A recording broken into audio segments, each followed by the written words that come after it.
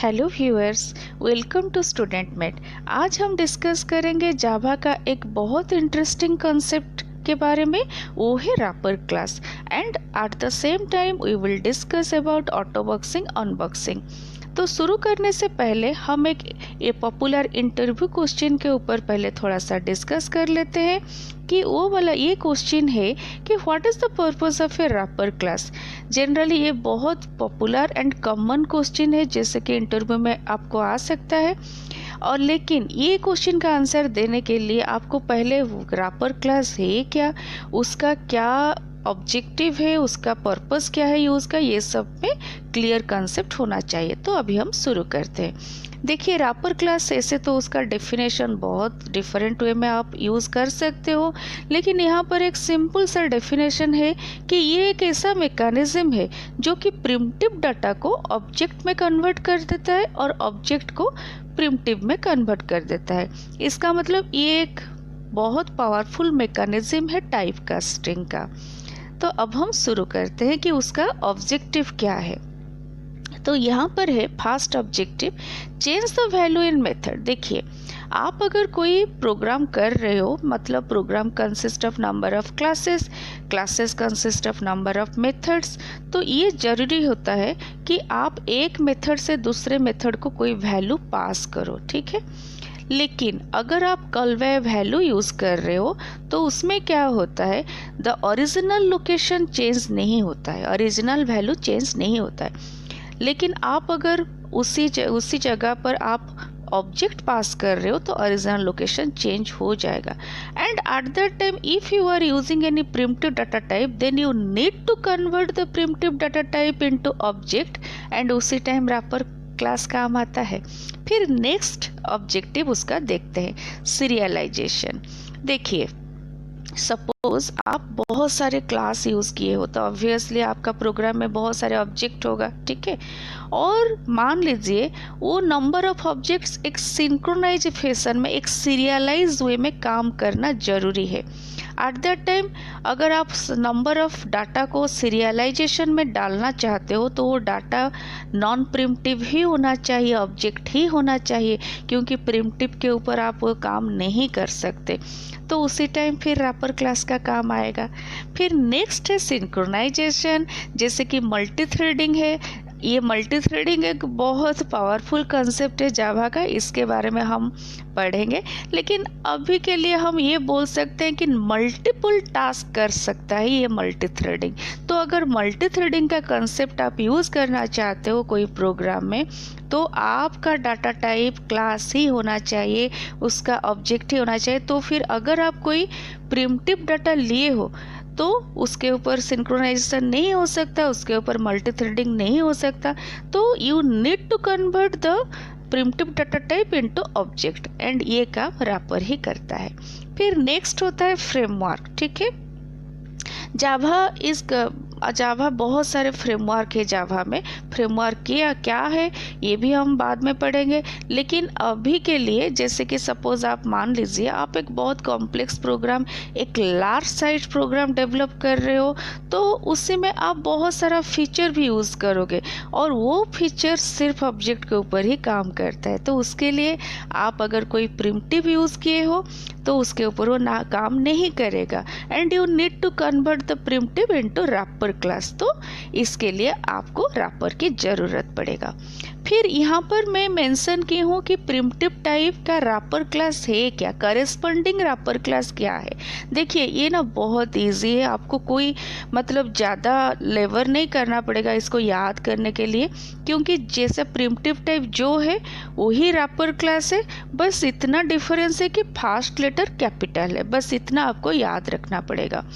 फिर नेक्स्ट है क्या है, और एक पर्पस यहाँ पर हम यूज़ किए हैं। ये एक आप ऐसे बोल सकते हो कि वन लाइन क्वेश्चन का वो आंसर हो सकता है कि generic classes only work with object, and for that reason we need to convert the primitive into object, and for that we need wrapper class, ठीक है। तो जेनेरिक क्लास का कंसेप्ट क्या है, शायद आपको C++ में पता होगा, अगर नहीं होगा कोई बात नहीं, ये भी हम डिस्कस कर लेंगे।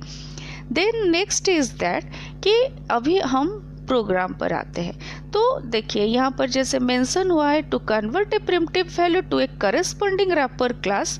इसका एक एग्जांपल हम लेते हैं। अगर आप एक आईएनटी वैल्यू को जो कि प्रिमिटिव है, आप उसको रैपर क्लास में कन्वर्ट करना चाहते हो, तो उसके लिए कुछ मेथड्स यूज़ होता है। ठीक है, उसके लिए कंस्ट्रक्टर यूज़ होता है, उसके लिए कुछ मेथड्स यूज़ होता है। मतलब आप कोई मेथड यूज़ करके आप उसको एक्सप्लिसिट कन्वर्सन करते हो।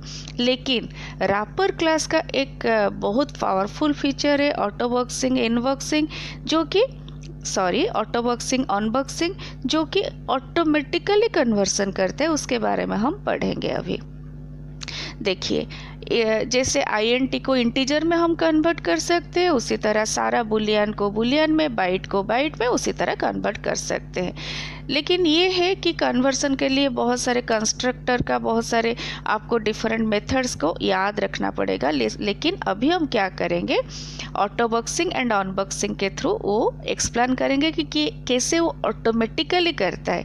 ये अभी जावा 5 के बाद जो आया ना जावा का वर्जन, उसका फीचर है। पहले तो रैपर था, लेकिन आपको उसको मैनुअली करना पड़ता था, आपको बहुत सारा मेथड्स याद करना पड़ता था।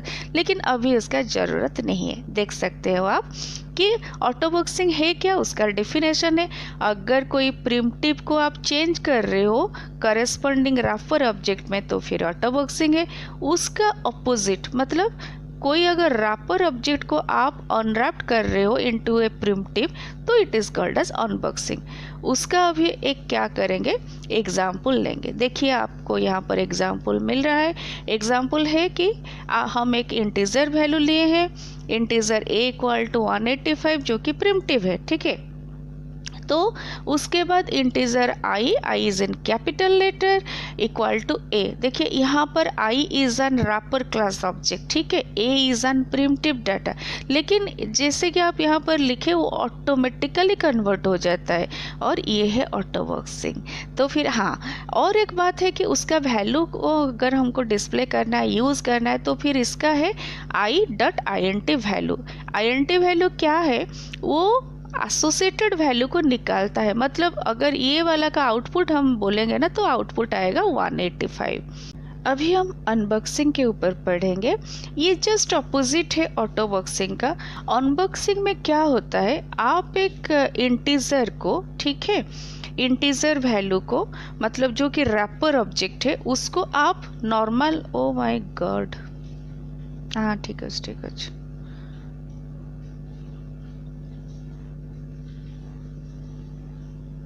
अभी हम अनबॉक्सिंग के ऊपर पढ़ेंगे।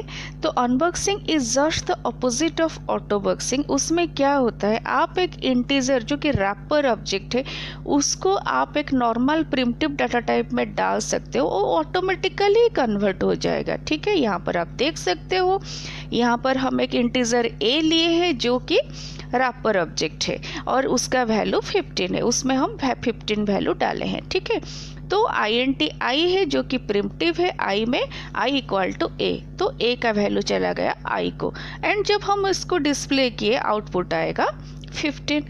तो मैं उम्मीद करती हूँ आपको ऑटोबॉक्सिंग, अनबॉक्सिंग एंड रैपर क्लास का कंसेप्ट क्लियर हो गया होगा। हाँ, यहाँ पर एक इम्पोर्टेंट चीज़ है कि ये थोड़ा बहुत आपको याद रखना पड़ेगा, और ये भी याद करने में कोई दिक्कत नहीं होगा। देखिए, आप जब कोई प्रिमिटिव को वैल्यू को डालते हो कोई रैपर ऑब्जेक्ट में, तो उसी वैल्यू को तो आप यूज़ करोगे। यूज़ करने के लिए आपको कुछ मेथड को याद रखना पड़ेगा, वो बहुत ही इजी है। देखिए आप यहाँ पर देख सकते हो, int value, byte value, short value, long value, उसी तरह। इसका मतलब वैल्यू कॉमन है, बस उसके आगे आप अपना जो डाटा टाइप चाहिए उसको यूज़ कर लो, इतने में काम हो जाएगा। I hope you have learn some basic idea, और यहाँ इसका सारा कुछ आपको नोट्स में भी मिल जाएगा। एंड अगर फिर भी आपको कोई डाउट है तो फिर आप कमेंट में लिख सकते हो। Thank you so much for watching, have a great time.